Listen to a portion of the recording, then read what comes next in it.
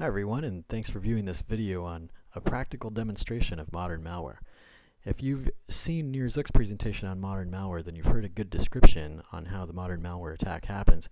However, today I'd like to put it into practical terms and demonstrate more visually how an attacker might actually do this. As a quick review of what Nir stated, I wanted to launch an attack, or if I wanted to launch an attack against your company, my goal is not to hack your firewall, since that will simply take too much time and effort.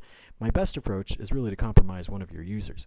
So I use these 5 steps of modern malware that you may have heard Nir describe. First, I bait the end user using a spear phishing attack, which I'll demonstrate for you in a moment. Then I leverage an exploit on the user's machine, and I get him to download some shell code. This allows me to establish a back channel, and now I'm on the network and able to steal whatever I want. So in our example study today, I'll demonstrate some of these steps so you can more clearly see how this happens. So for our example, say that I wanted to get into Palo Alto networks. Well, what I might do is go to Google here, my favorite friend, and I might figure out who works at Palo Alto Networks first. Maybe I do a search and find there's a guy named Palo who's recorded some videos on YouTube for Palo Alto Networks.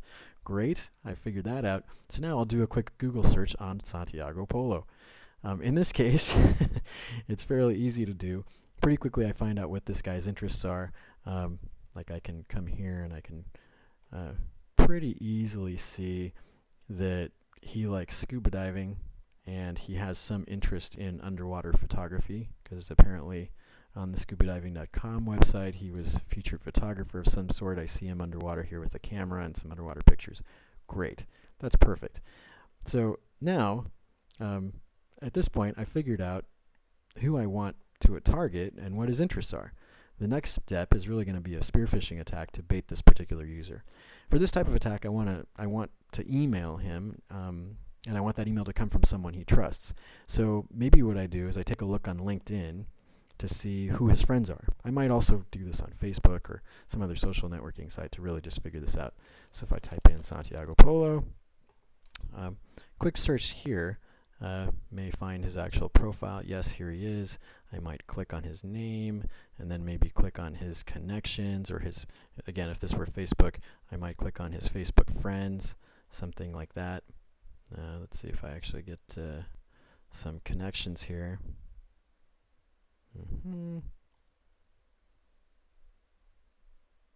Alright, so if I look through this list, I see quite a few connections, and maybe what I'll do is I'll look a little bit more closely at the people that work with him, and maybe this guy's actually a good candidate. Ed Bond, Western Region SE Manager at Palo Alto Networks. Highly likely that this guy is his boss. Great. Perfect.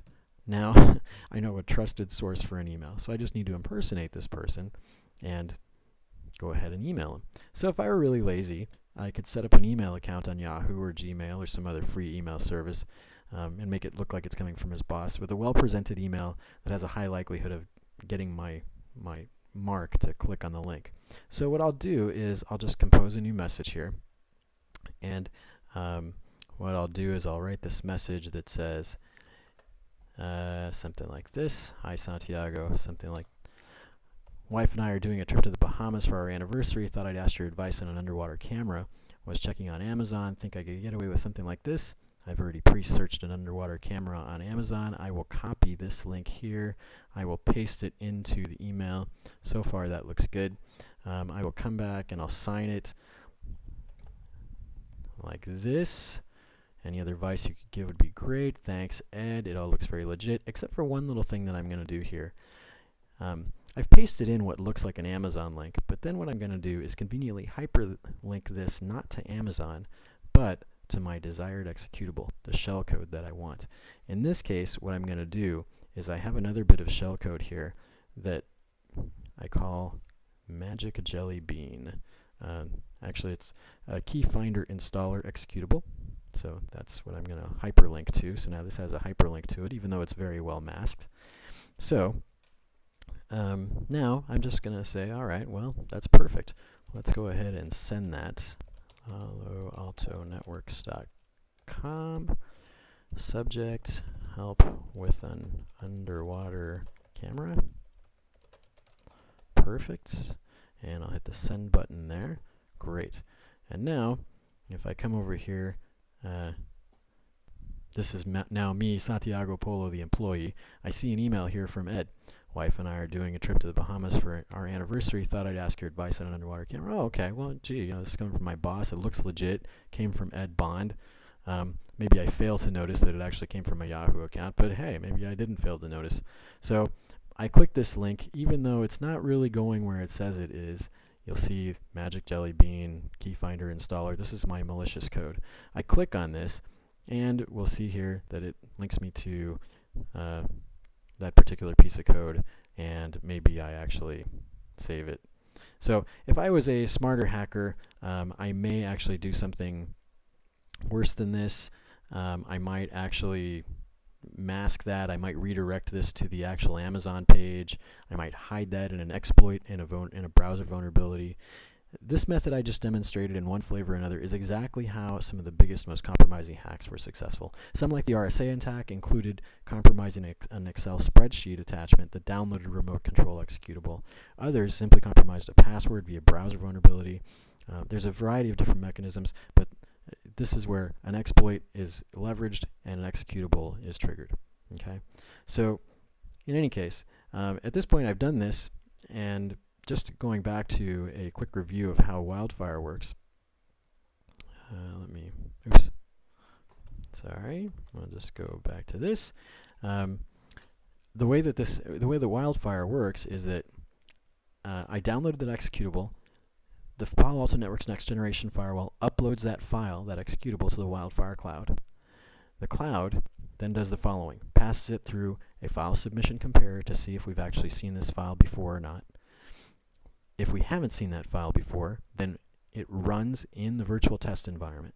So now the WildFire cloud can determine, is this a malicious piece of software or is it benign? So is this malware or is it benign? If it's malware, then it's passed through an automated signature generator so that a signature can be created. That signature can then be pushed back down to the firewall so that we can prevent this malware from propagating any further. Okay, and then finally, an admin web portal is provided so that we can take a look at that. We could be notified of these things, and we could see if it's malware or if it's benign. Okay, the WildFire portal is of course available to existing customers. You can just use your existing support credentials to log in. Okay, so fortunately for me, in this case, in my example, WildFire is enabled on the firewall that I'm going through. Let me go back here, and here's the firewall that I'm going through.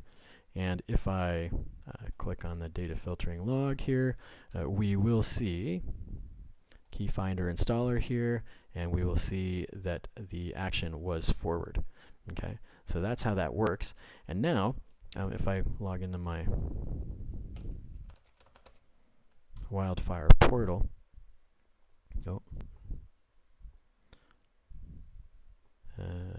log in here, and we'll go to reports, and we will see, here's that Key Finder Installer file right here, Magic Jelly Bean, and it is determined to be malware.